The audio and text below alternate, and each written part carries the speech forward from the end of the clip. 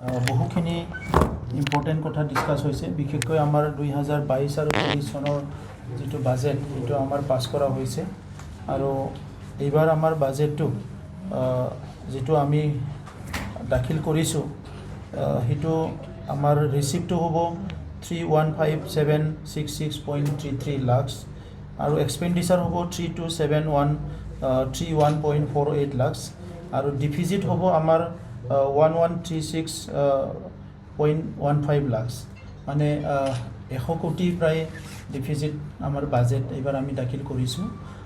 এই বাজেট দাখিল কৰাৰ আগতে আমাৰ বহুতখিনি কনচালটেটিভ মিটিং এইবাৰ হৈছে। সকলো ডিপাৰ্টমেণ্টৰ লগত আমি আলোচনা কৰিছোঁ আৰু আগৰ চৰকাৰৰ দিনত যিবিলাক বাজেট বা AOP-বিলাক তেখেতসকলে প্ৰিপেয়াৰ কৰিছিলে তাত যথেষ্ট আখুৱা আছিলে যে এটা কামটোকে 2 বছৰ 3 বছৰ দেখাই পেলাই পইচা ওলোৱা তেনেকুৱা বহুত হৈছে। আৰু বিশেষভাৱে আজি আপোনালোকক ক'ব লাগিব যে মই সকলক ধন্যবাদ জনাইছোঁ কি এই 1 বছৰত আমাৰ যিটো চৰকাৰ গঠন কৰাৰ লগে লগে যিটো আমাৰ সিদ্ধান্ত আছিলে যে আমি কোনো লাইবিলিটি নকৰোঁ। চ' আমাৰ কোনো আমাৰ কোনো ডিপাৰ্টমেণ্টে এতিয়ালৈকে লাইবিলিটি কৰা নাই। আগৰ চৰকাৰৰ যিটো 2300 কোটি লাইবিলিটি সেইটো লৈ পেলাই আমাৰ গভৰ্ণমেণ্টে খুব চিন্তিত হৈ আছে।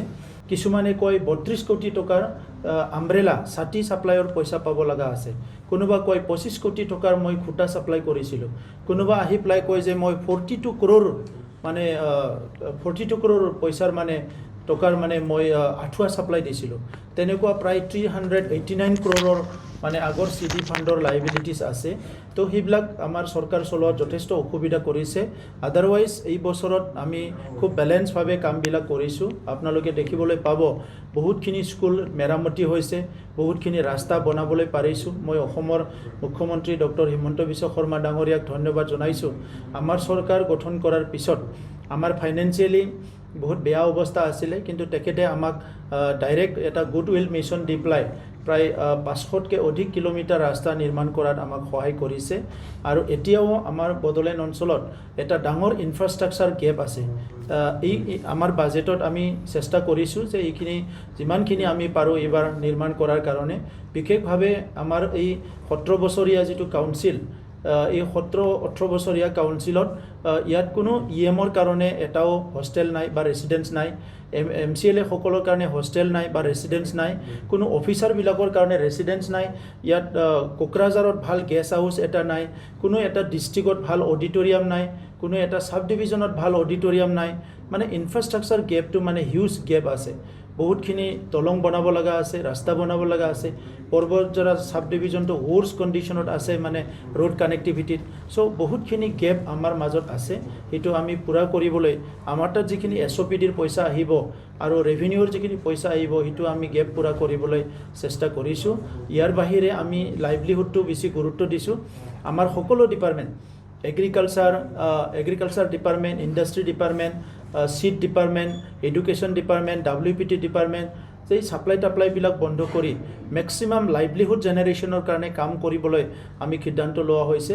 মই আশা কৰিছোঁ এই 2022-23 বছৰত আমি বহুতখিনি কাম কৰিব পাৰিম। আগৰ সময়ত আপোনালোকে দেখিছে এটা ফেমিলিক এখন কম্বল দিয়ে মানে 100 টকা। এইবাৰ আমি অনচুংথাই বিথাংকি কৰিছোঁ আৰু জ্ঞান চৰাং বিথাংকি কৰিছোঁ, য'ত নেকি দুখীয়া পৰিয়ালক আমি ডাইৰেক্ট 5,000 টকা দিয়াৰ কাৰণে ইতিমধ্যে আমাৰ স্কিমটো আৰম্ভ হৈছে, বহুতে দি দিলে। আৰু ছাত্ৰ ছাত্ৰীসকলক আমি 5,000 কৰি দুখীয়া ছাত্ৰ ছাত্ৰীক ডাইৰেক্টলি মানে ফাইনেন্সিয়েল বেনিফিট বা টকা আমি তেখেতসকলক ছাপৰ্ট কৰিছোঁ। হেল্থ ছেক্টৰত আমি যথেষ্ট কাম কৰিবলৈ লৈছোঁ। যিবিলাক এৰিয়াত এতিয়াও হস্পিটেল নাই তাত টেলিমেডিচিনৰ ব্যৱস্থা কৰিব বিচাৰিছোঁ। আৰু ইয়াৰ লগতে 40টা সমষ্টিত হেল্থ ATM আমি ইনষ্টল কৰিব বিচাৰিছোঁ, যাতে মানুহবিলাক MRI কৰা ব্লাড টেষ্ট কৰাৰ নামত, বিভিন্ন টেষ্ট কৰাৰ নামত বহুত পইচা দিব লগা হয়, এইটো ফ্ৰী অফ কষ্ট তেখেতসকলে নিজৰ টেষ্টবিলাক কৰিব পৰা যায়। শিক্ষাৰ ক্ষেত্ৰত আমি বিশেষভাৱে টিচাৰ ট্ৰেইনিংটো আমি গুৰুত্ব সহকাৰে লৈছোঁ।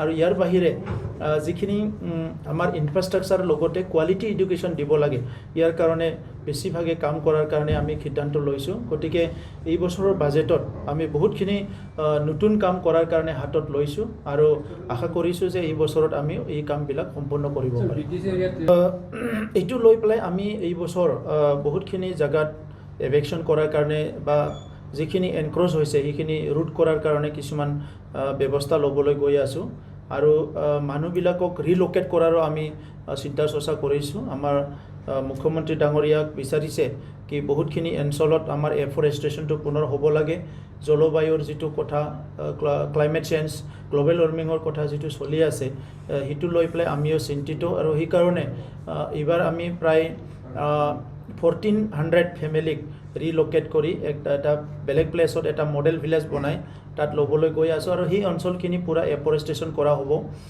মেইন এলিফেণ্ট কনফ্লিক্টটো নজৰ ৰাখি ফৰেষ্ট কোৱালিটি ডেভেলপমেণ্টৰ কাৰণে আমাৰ যিখিনি পইচা আছে সেই পইচাৰ দ্বাৰা আমি কাম কৰিবলৈ গৈ আছোঁ যাতে এলিফেণ্টবিলাকে খাদ্য বিচাৰি বাহিৰত আহিব লগা নহয় সকলো বস্তু ভিতৰত পালে তেখেতসকলে মানুহৰ ঘৰ ভাঙিবলৈ নাহিব আমাৰ এনেকুৱা লাগিছে তো সেইকাৰণে ইয়াৰ কাৰণে আমি কাম কৰিবলৈ লৈছোঁ আৰু এই বছৰ মেচিভ যিটো আছে প্লেণ্টেশ্যন হ'ব বহুত এৰিয়াত ইয়াৰ কাৰণে অলৰেডি আমি প্ৰিপাৰেশ্যন কৰিছোঁ আৰু 4টাকৈ নাৰ্চাৰী ফৰেষ্ট ডিপাৰ্টমেণ্টে ইতিমধ্যে আৰম্ভ কৰিছে এই নাৰ্চাৰীত বহুতখিনি চিপলিংবিলাক ডেভেলপ কৰা হ'ব আৰু সেইবিলাক ফৰেষ্টত মানে যিবিলাক আমাৰ ছ'চিয়েল ফৰেষ্টই হওক বা ৰিজাৰ্ভ ফৰেষ্টে হওক ইয়াত প্লেণ্টেশ্যনবিলাক কৰা হ'ব আউট অফ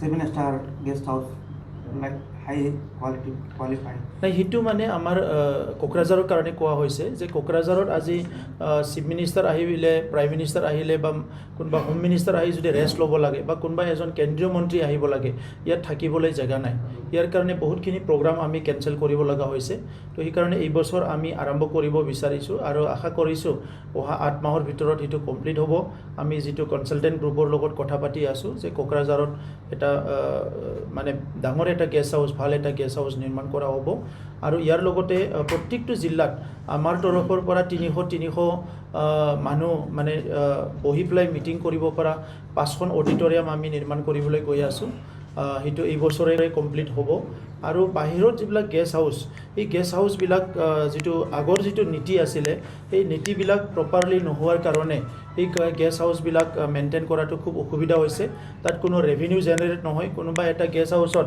যদি ৰেভিনিউটো আমি 10 লাখ পাওঁ তাত আমি বছৰত 1.5 কোটি টকা খৰচ কৰিব লাগে কোনোবা এটা গেষ্ট হাউচত যদি আমি বছৰত 20 লাখ টকা ৰেভিনিউ পাওঁ তাত আমি 2.5 কোটি টকা খৰচ কৰি আছোঁ গতিকে এই গেষ্ট হাউচবিলাক আমাৰ পাৰপজটো ছাৰ্ভ কৰা নাই আৰু বিশেষকৈ বেংগলোৰ আৰু চেন্নাই এই দুটা অঞ্চলত গেষ্ট হাউচটো খুব প্ৰয়োজন আছে কাৰণ তাত আমাৰ ৱৰ্কিং ক্লাছৰ মানুহবিলাক যায় ট্ৰিটমেণ্টৰ কাৰণে যায় ষ্টুডেণ্ট যায় তো সেইকাৰণে এই বছৰ আমি বেংগলোৰ আৰু চেন্নাইটো অলপ গুৰুত্ব দিব বিচাৰিছোঁ আৰু মহাৰাষ্ট্ৰটো ইতিমধ্যে মুম্বাই আৰু পুনেত আমি মহাৰাষ্ট্ৰ গভৰ্ণমেণ্টৰ পৰা অলপমান লেণ্ড বিচাৰিছোঁ মাটি বিচাৰিছোঁ যদি পাই গ'লে আমি এই বছৰে কিছুমান প্ৰজেক্ট এইবিলাকতো আৰম্ভ কৰিম বুলি আশা কৰিছোঁ